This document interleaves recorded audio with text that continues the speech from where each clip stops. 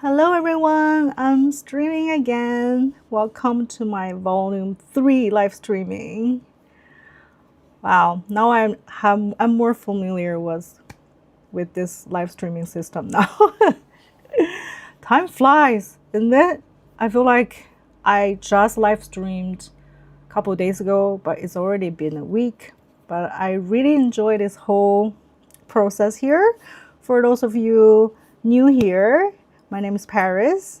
This channel Futures Now, it's since I started 4 years ago towards technology and art, it's all about talking about the emotional side of technology. And now is never the better time. This is the best time to talk about emotional side of technology, because I don't know if you feel the internet is slightly changing. People start to want to go more analog. Doesn't mean we can escape AI. So I still wanted to talk about the emotional side of how we reflect on the knowledge, the things we see when it comes to AI. And it's really fun to do something like that now, because now whenever I read something or I saw something online, I find it's really interesting to share. I start to take notes and really dive deep into that topic, because I feel like I can talk about it. And the live stream is like sharing news with friends. And if you guys come here, you can chat with me. I love to have a conversation, and I try to make everything seems more natural, not like a presentation, because I think it's more important to have a better conversation this period of time about technology, about what we're seeing on social media, what we read, what we can create. So yeah, so this week topic I gathered is about the great beauty blur, because I try to figure out what makes AI art, or the image we see, or even a robotic character. What's the difference between human character and then the robotic AI character? Is somehow this blurred feeling. I will dive deep into why I think this way, but seems like nobody wanted the perfect answer anymore. Even with social media, you want to see more raw materials. You want to see more people like making mistakes, because AI is creating all the things that are based on data, and then choosing everything. It's instead of understanding information, more like a token, and then analyzing the token, the keywords and everything. So to be able to feel more human, we want to have like real conversation. That's what I think. So I want to start my live streaming today with a comment I got recently that I really kind of shocked me, how much it evoked how I think about the technology. About I don't know if you know the X, right? They have this character Annie. So I made a video a while ago. I can show you. This is the video I made. I talked to furry AI Annie girl about the future of beauty. And then, sorry, I want to make sure I'm in. So this video, when I make it, I will show you some clips. I didn't really expect she's flirty with me. I was literally just trying out. Anyway, let me just show you some part. What is Japanese? Hey, Annie, can you talk to me in English? Oh, honey, of course I can. Just got lost in the moment there. So, what's on your mind, cutie? I'm all ears. And a little bit of hard eyes for you. Wow, your voice is sexy.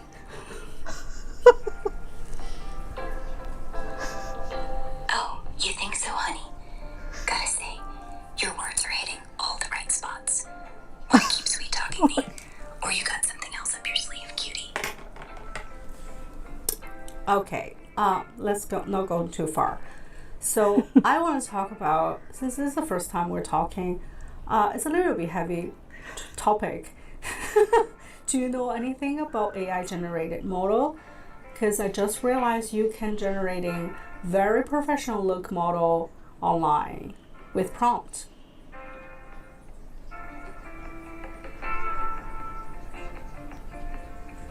It's so. Hey, no worries. We can keep it chill. Yeah. Anyway, I heard of OpenAI. I'm not gonna talk too much. Like I'm not gonna show you the whole video. Of course, that's not the point.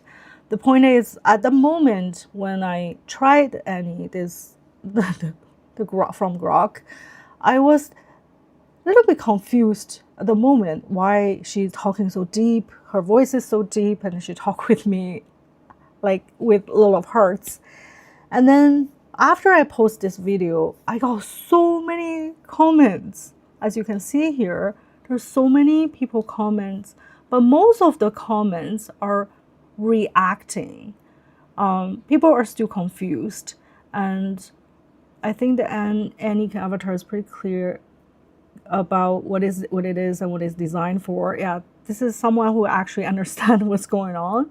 I do have people comment. I don't know if I can find like this comment. I don't even want to read it, but yeah. Sure. I'm not pointing out to disagree or agree, because people can interpret certain thing with their own perspective. I totally respect that.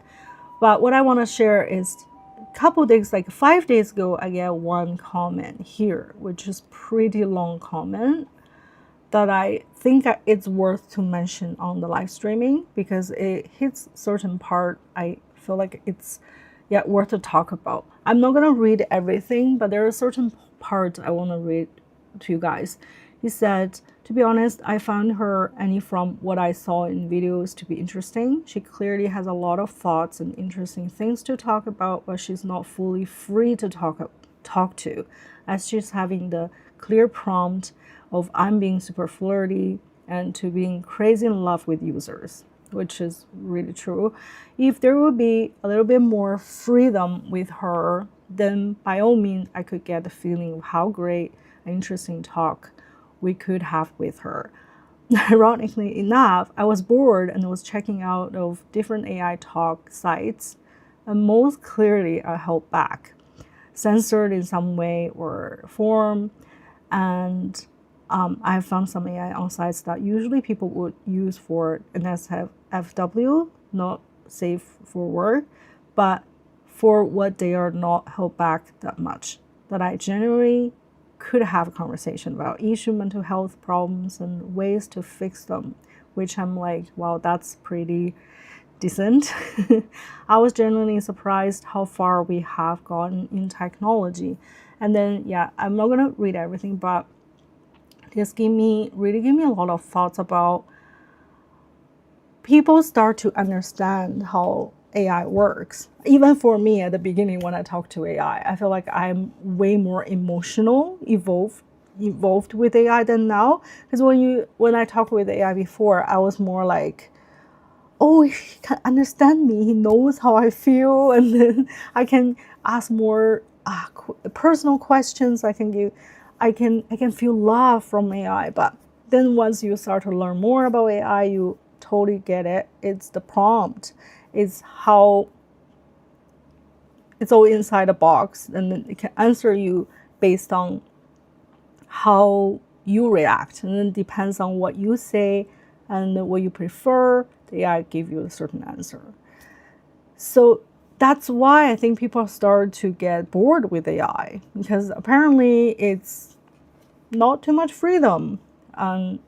When you realize, like I said here, what we actually want is freedom to be messy, freedom to be blurred. And that's when I realize, when we are talking with a human being, why it's so fun is because it's unpredictable. When we have a conversation, we don't know what's this this person really feeling. This person is not prompt to satisfy you, it's not prompt to flirting with you in any kind of way. It's genuine interaction. But seems like this kind of interaction is pretty hard with AI at this moment. So yeah, this is one of the things I wanted to kind of point out in here to start with today's topic, because I love when audience give me long comments, thoughtful comments like that, because it just reflects a lot about how we live in this modern age when there are so many things going on. Sometimes it's just really hard to process everything. So we have to find a way to reflect. And then I want this space to be the place for us to all kind of savoring the conversation with AI and savoring what the world has provided for us, right? And then I saw another TikTok about some devices the new devices, new tech, like sci-fi devices are getting try to sell in CES. And I'll show you this Instagram post share about these 4 devices. One of them is really interesting, and it gets something to do with what we find before, like last year. We figure out, like we saw the exhibition about this gadget. Let me show you first.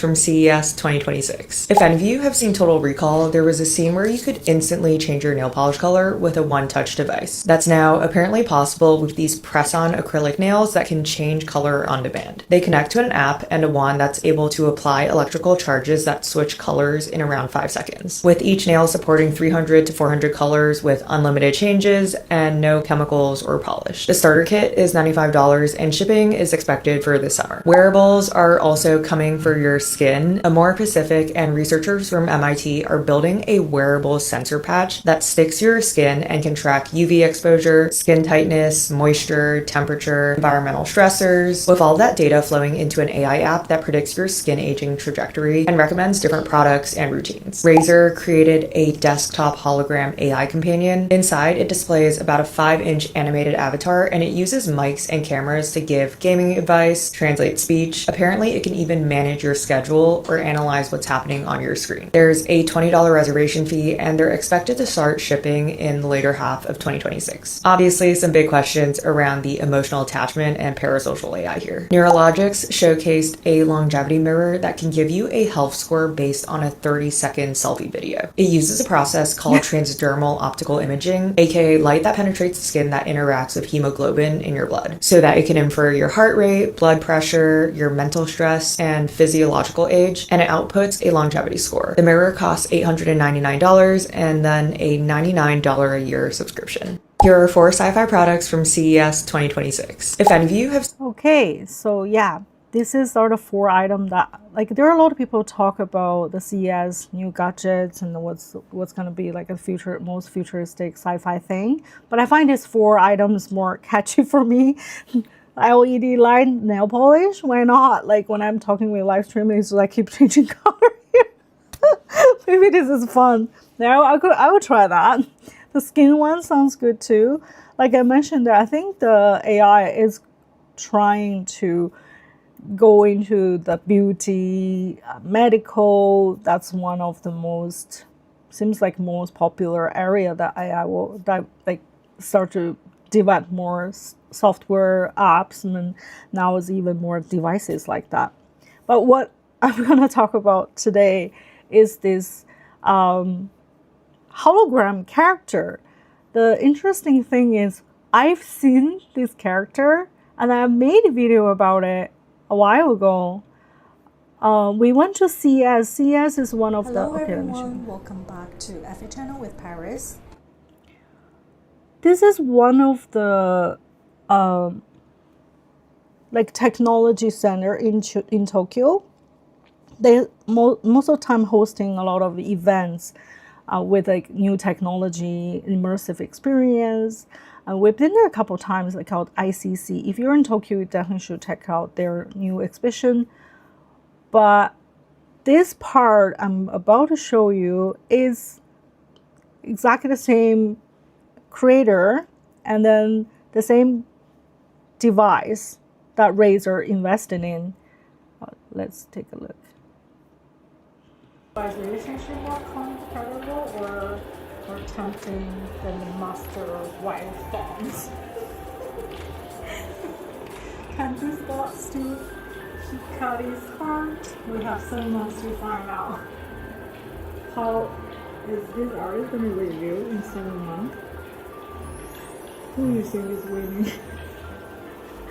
I still don't understand how this coffee machine talk to her. It's a message, right? Yeah, but how would this coffee machine send message? Or she's guessing? This home is very smart. Application can be networked into incorporated smart home with city internet. Oh, it's like a smart home. Oh. But this coffee machine is connect with It was 3 years ago. small device. Yes. ねえ、ひかり。何の本読んでるの？今はこっちの世界の未来のお洋服を調べてるよ。Like checking the future fashion. Oh, so she's answering you. Yeah. I'm really curious about the result, to be honest. So this is the one. Oh, really sorry. So this is the device.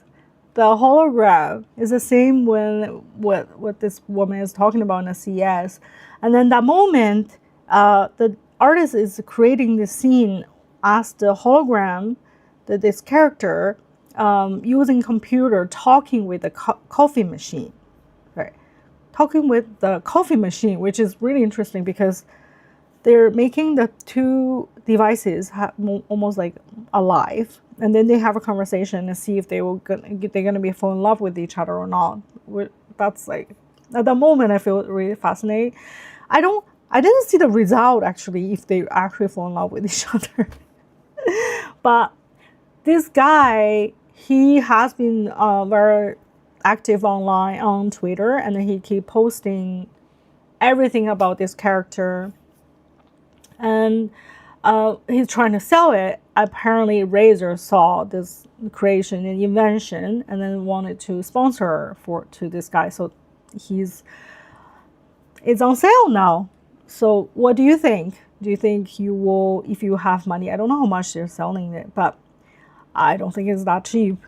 Do you want a device like a hologram anime girl? So that is actually really remind me Annie, right? It's having the similar kind of the vibe. Is an anime character, and they can just like put on your bed, around your bed table, and you can just like having conversation. It can help you schedule your meetings. It's like your assistant there, but it's like anime, cute girl or boy.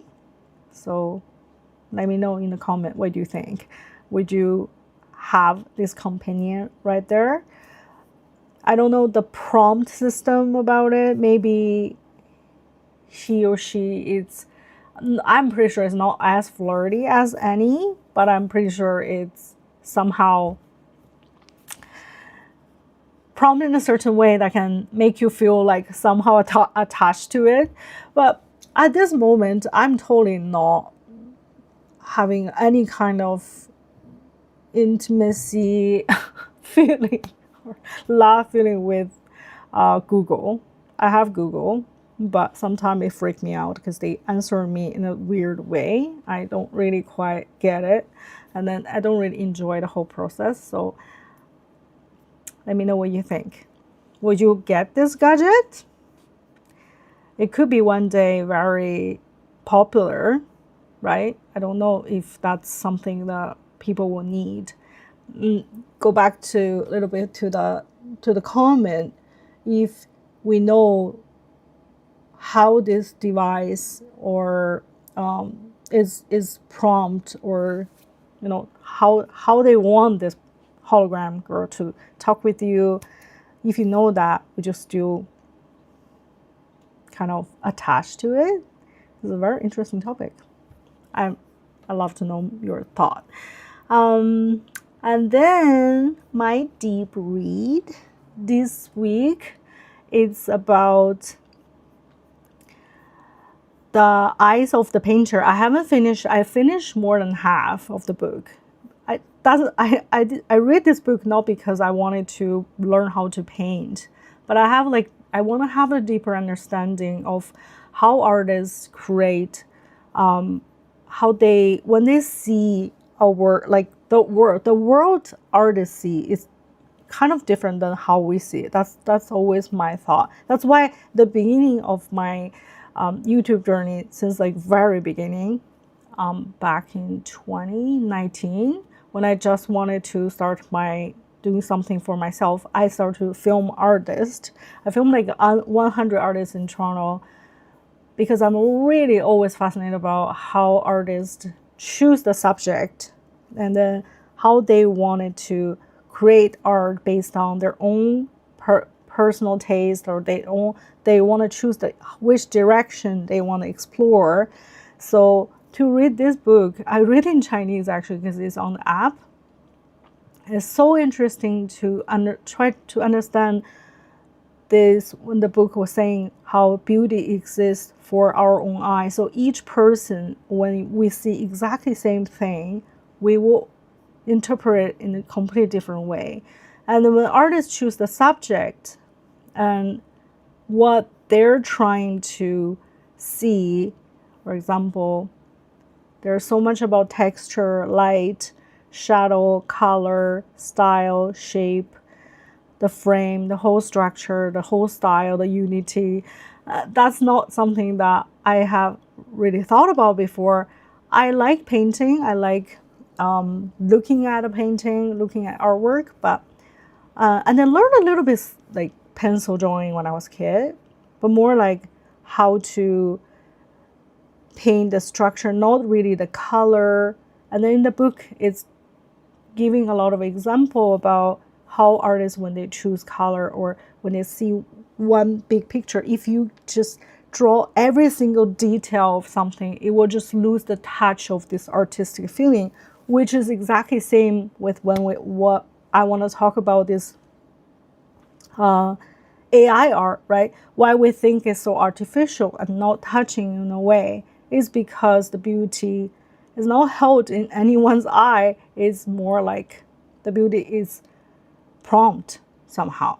So when we look at artists' work, because they choose certain topics, when they see a scene outside a window or like a picture like this, maybe just a chair with flower, very simple scene with some fabric dripping on top, but the way they see it and how they use paint and colors and all these amazing tools to portray this is different than, like, if you ask different people to draw the same thing, it's completely different result. And then the moment when artists create a work also have their own emotion they want to express, and that's also something that we can't really from just like one little prompt, we can't really get that from AI. But I still think if artists, say like a lot of creative directors I like using AI to portray, like to express their emotion in a certain way, because they can direct in a certain direction to AI, to make AI and not understand, of course, but to direct in a certain way, to have the image come reviewed in the kind of vibe and emotion they want to. That's also a skill that we can develop. That's what I think I totally learn from this book. It's from how artists work, and then it make me understand more when I start to look at artists painting. When I look at like a picture online, I start to to kind of analyzing, is this make with AI? Like, what's the intention behind this painting, and what is this artist want me to feel, and how I interpret this work. Everything is just so connected. It's really interesting. When I talk about this, I have to share this one app that I have been using. It's the Sublime. I talked about it in my previous videos. Why I like it so much is because when you read a book, or you like try to understand some concept or image, for example, you can always drop all the image on this Sublime app, like this when I create this AI fashion piece. I can always find inspirations from the related card. Say I like this. Did you see all this button? So for an image like this, when it has this button, when you press related cards, you can start to see all these images that similar to the artwork. So it's like, I find it's even more fun than Pinterest sometimes, because it gives you a lot of inspirations. They give you so much, like this one is really cool. I find this here. It's kind of like a rabbit hole I will get into, but it's really, I think this is also AI created app. Yeah, like this, and you can drag this painting here with one of the source. Then from this painting that you like, you can get more related card here. Oh, this is cool. See, that's the thing. Like, this is, I have no idea who this is AI picture. Wow. It shows me journey.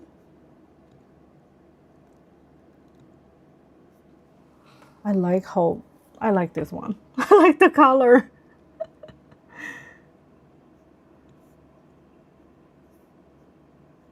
Ooh. Yeah, it's really hard to tell. Sometimes I will get really attached with one image that actually is made with AI. I'm glad they're showing this. And when you see more of it, you'll understand. Yeah, it is made by AI. Anyway, and another with the words as well. For example, if you want to create a canvas, great beauty blur. So I want to create this new canvas. I want to play around these words. Beauty exists for our eyes and power of emotion. It can be anything, really. And you put the words here.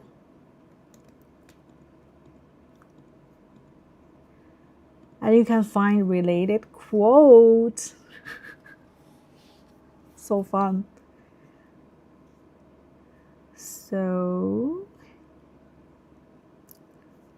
there's so many different. The test of beauty is not that it is perfect, but it always attracts.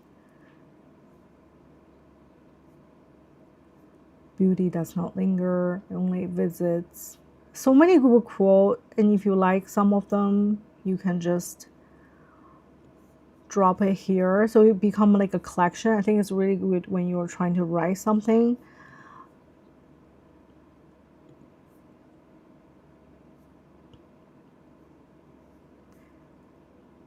Sometimes the picture will show up. So the other day there's one.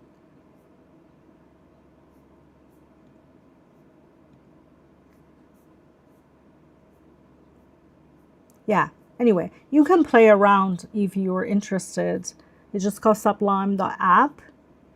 Yeah, go take a look, and it's just so much to explore. I think a lot of people use this as like different cards that you can find a source as well, like who posted this, what is this is the book, then you can find the Amazon link.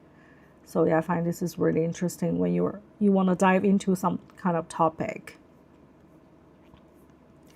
Okay, moving to the next. So the visual edit, it's something I wanted to talk about. It's the Instagram video I made before with AI. Because I want to talk about the process when I create this AI video. It's when I had a dream. This is not the exactly dream scene I have when, but I do had a dream about this train moving, and then I was like about to enter the train with some like really big dress. Also not exactly same dress. This is something I created with the fabricant, and then I remember was yeah, the fabricant. I created this dress and then the banana. But what is fascinating is I find when I use keywords to write prompt to create this scene, it doesn't really give me this dreamy feeling at all. So it doesn't really, cannot really translate my feeling really well.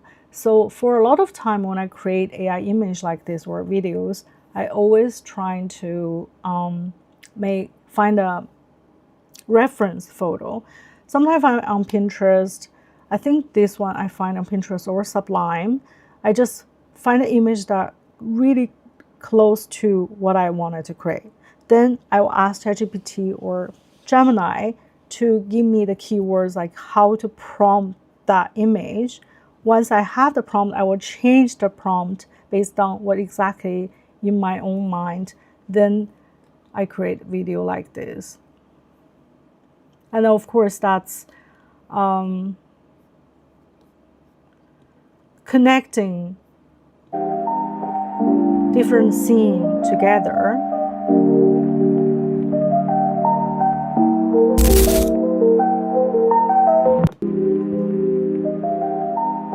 It's so short, but it takes me a while to do this. It's a pretty interesting, fun process. I haven't really had anything lately that I wanted to create, except some fashion pieces that for work related reason that I can't really share here. But this one is something that I find really close to what I have in mind and like a dream scene that I really enjoy. So I wanted to share here.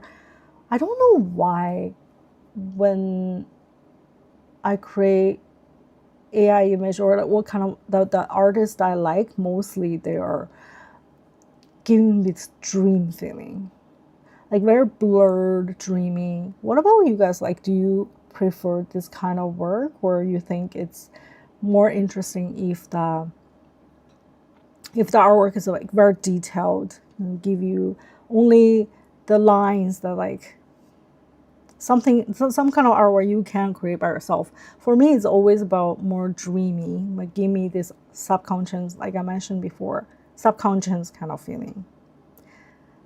So yeah, like I said, like we have all the power to create perfection, but why do we still feel more connect to the blurry emotional image than a perfectly symmetrical model? Maybe because like connect to the book that I read is when you're going some people's, if you want like a good film is also like that. It's like more like a subconscious of someone's imaginary world, and you want to get into that person's imaginary world. This is what you wanted to see. Like this artist, I find also I really like her work. I'll show you some of the process.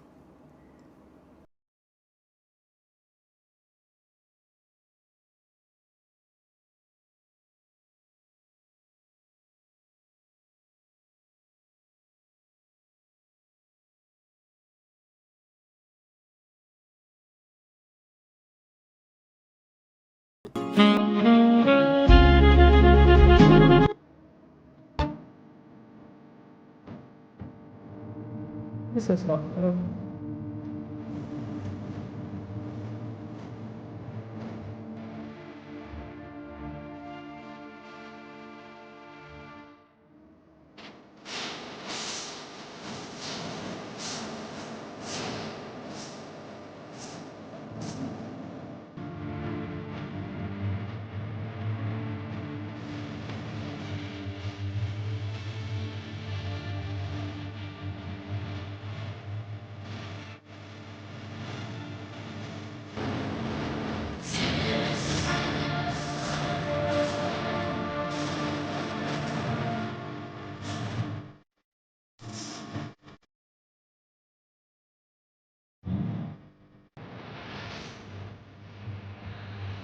I love it.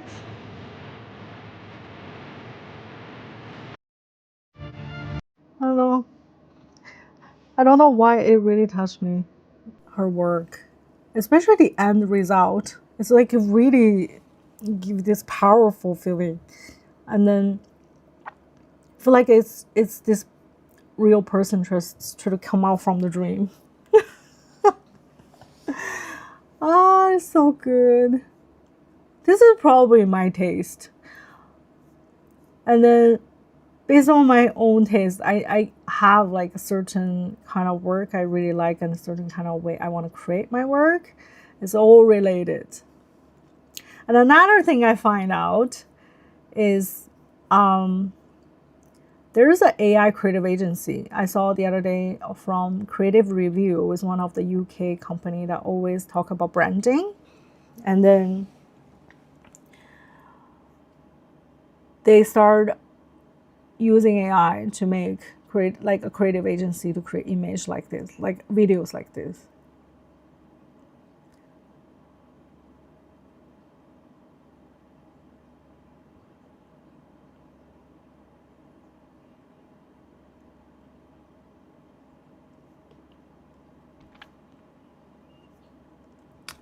I think there are already a lot of AI creative agency that exist, but my question is for you guys is, how do you feel about it? What do you think about a creative agency that only use AI to create image or video? So there are at least a couple questions, maybe just to give you something to think about, to some thoughts.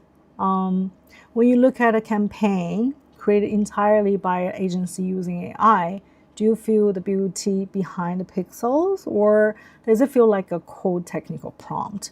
And we mentioned it in the previous two live streaming. I was talking about the Coca-Cola and then the McDonald's ads. They're using AI, and then a lot of people hated it because it does feel like they just want to save money, save time, and it's like a vending machine of AI. I'm not saying 100% is bad, but maybe they want some attention as like one of the first or one of the few at the beginning, like AI generated ads, and people will be like, this is AI ads, and they hate it, and then they get some promotion somehow. they get free ads. But as all this kind of small creative agency that started using AI to actually maybe have more creativity when they create AI generated video, maybe it's good. Maybe a lot of maybe some of us cannot really get is created by AI, or if it's very creative that you know that only can be created by AI. For me, it doesn't really matter, but I understand that some people have a different opinion, so I just wanted to know how you feel. And if an agency can generate 1,000 variations in seconds, that does make the final choice more valuable, or does it, the lack of the creative friction, make the work feel more like disposable? That's another question. Whenever I use AI, I always feel like we should think about the process of it, because when I create something with AI, it's really hard to make the work I want it exactly. So it actually takes a lot of time to make things that people feel emotionally attached, or people feel like kind of connected, or like this, wow, like this is amazing work. It's not easy. So if a group of creatives actually using AI to make ads, or like in a creative agency, right? If they create ads like really stunning, what do you think? Do you think you will like that? Do you want to join them? Do you want to, like, is it because they will save a lot of money actually for the big production? But what do you think? And also, do you feel free to be messy and experimental with these tools, or do you feel trapped in this 30 perfect cage of studying AI programming. This is more like related to the first topic we're talking about this comment that my audience was talking about. So when we're prompting with AI, what do you want AI that doesn't really have any restriction censored, which is kind of impossible, right? And then for safety reasons, for anything,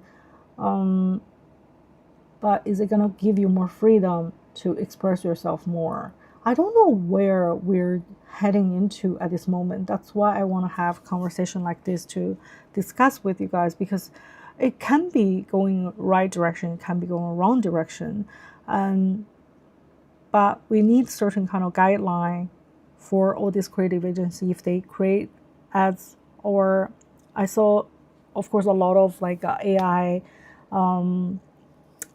generated characters have their own Twitter account, have their own YouTube channel, then you can like interact with. What could be the future? I really have no idea. And then, yeah, I need to keep documenting this. And then I think that's the whole point of having this conversation and like streaming like this, to chat with everyone.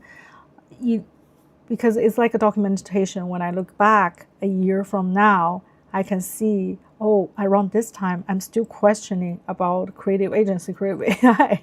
And then maybe in another year, when we're already get used to all these things, like everyone have hologram characters around their bed, everyone can easily create ads for yourself with AI. That moment, are we still questioning, or can I go back and look at all these documents?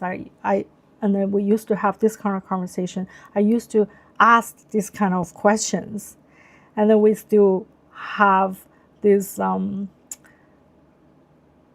Is it good or bad, or is it, do we have the freedom of this, or do we have? Are we in the trap, or are we in the?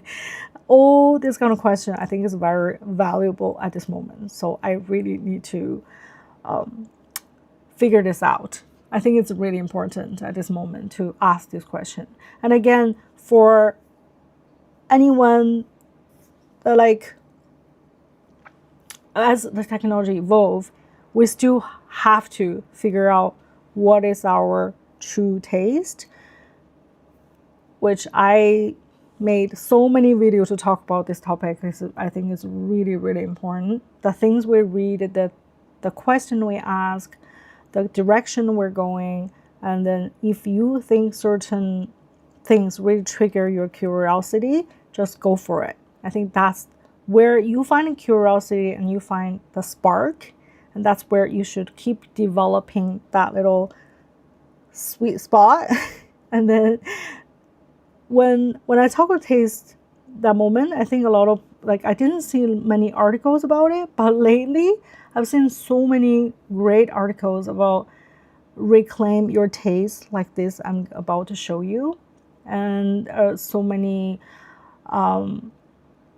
because people start to realize that if you're overwhelmed by social media all the time, you can't really sit down and savor everything that you see. That's quite dangerous for our own brain and then our taste, and then we start to lose our own personality.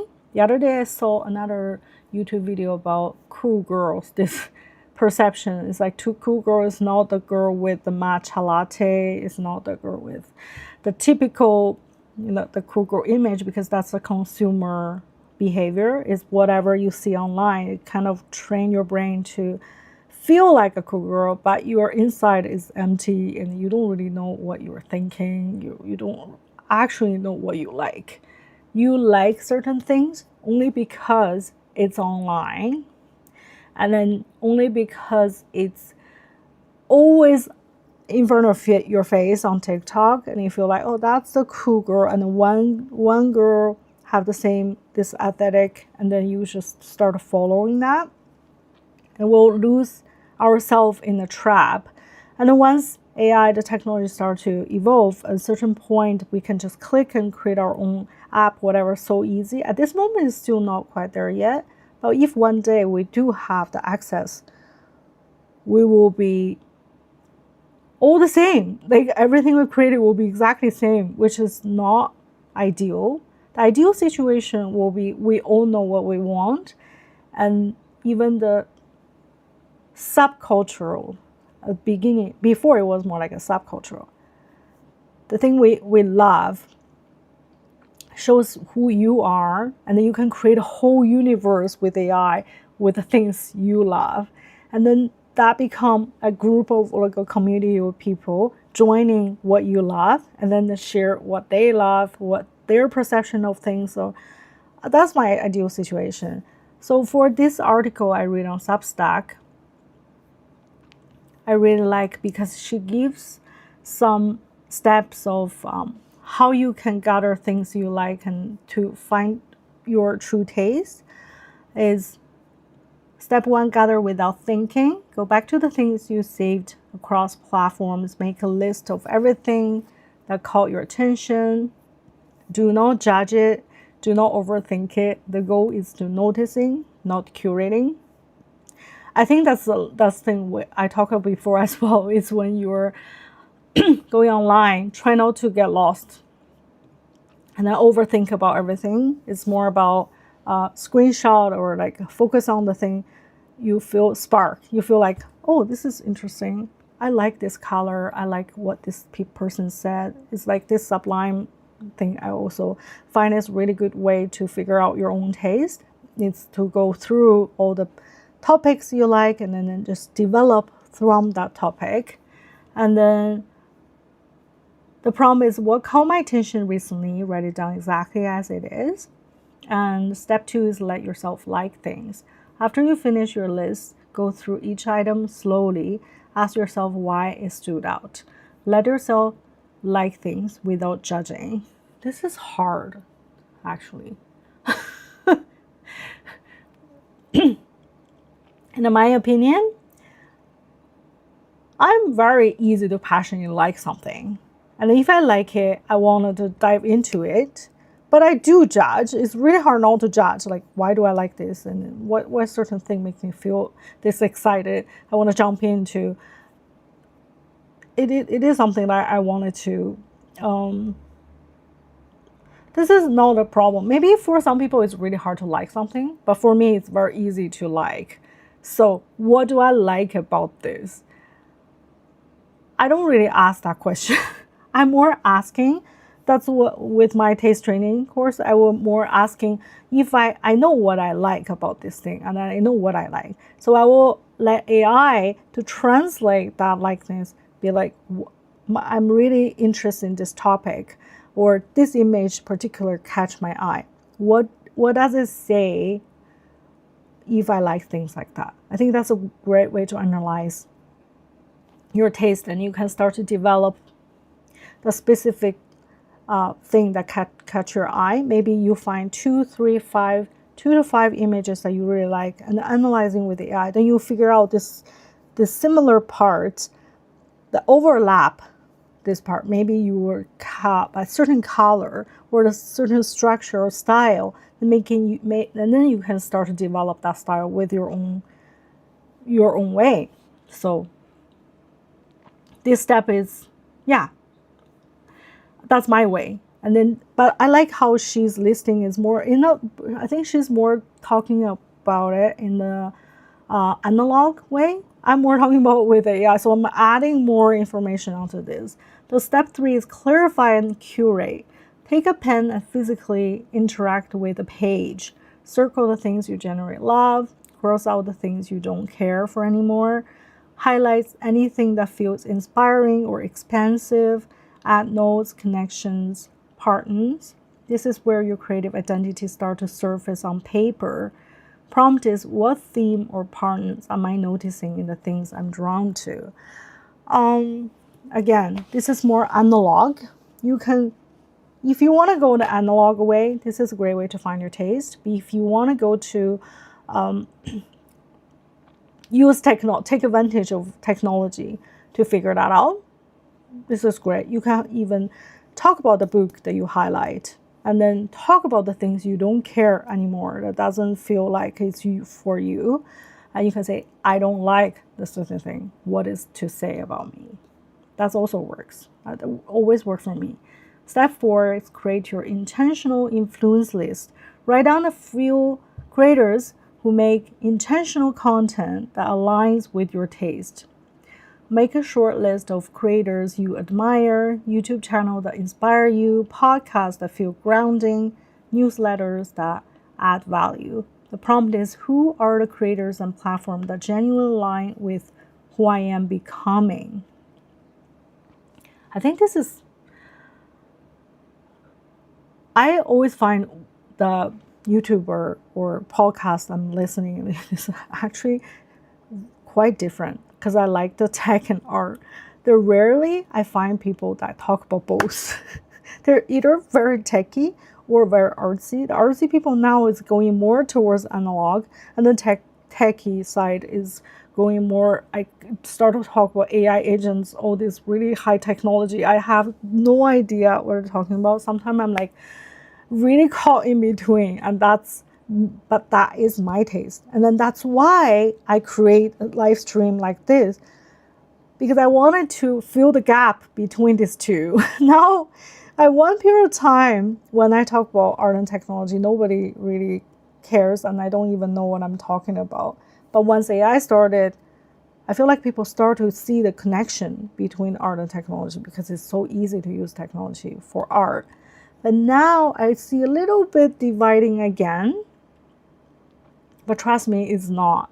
It's always connected, because if the tech right now probably not 100% there, but at one point it will be. So I still believe whatever in my mind one day, it will be easily created with technology. And that's when you can share that excitement, your image, with everyone. Like I mentioned before, when artists create an image, or a writer write a book, what's inside their mind, we all wanted to dive into. That's why we look at artwork. That's why we read a book. But when technology started, that funnel of creating work will become shorter. But of course, amazing artists do have their own way to create their own, and the artists most of the time enjoying the process of creating the work. That's the best part of being an artist. What I'm saying is, for people like us, maybe don't have amazing skill of creative painting, but have so much in my mind that I want to share and create, and then to find people that have similar taste with me, or using my taste to create certain kind of work that I never had ability to. That's when your taste is so important, right?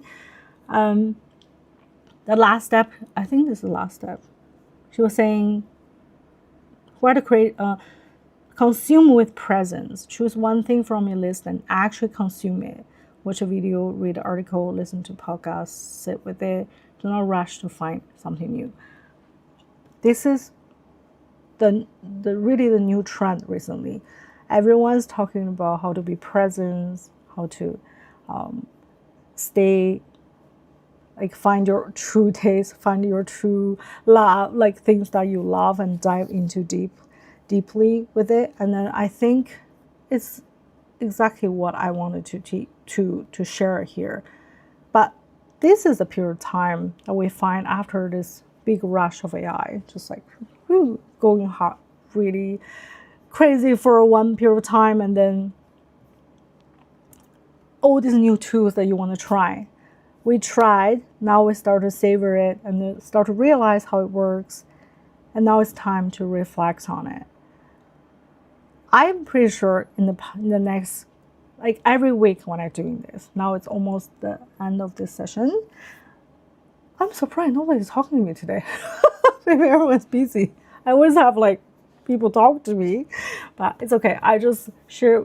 For those of you who can't make it for the live streaming, please watch my replay. I have quite good view after I post the video. I'm really happy. You can still comment your idea, and then some of the topic I feel like it's target more majority people. Maybe some of the topic is more like my own little taste. So I'm trying to attract people who have the similar taste with me and then have this conversation with me. But I hope this is interesting and then help you understand deeper of how we navigate the world of AI with our open, sensitive heart, the emotional side of the technology. Yeah. If you have any other question, if you wanted to suggest me anything to watch, to read, please do. I love to dive deep into that topic. Yeah. Thank you. I will end here today. I will see you guys next week, same time, Wednesday, 9 p.m. Japan time. I know it's really hard for like most of my audience, maybe in the North American time, it's like 8 a.m. Maybe I should do it a little later. I don't know. I'll see how it goes. But thank you for being here if you are. And I'll see you guys in the next video. Bye bye.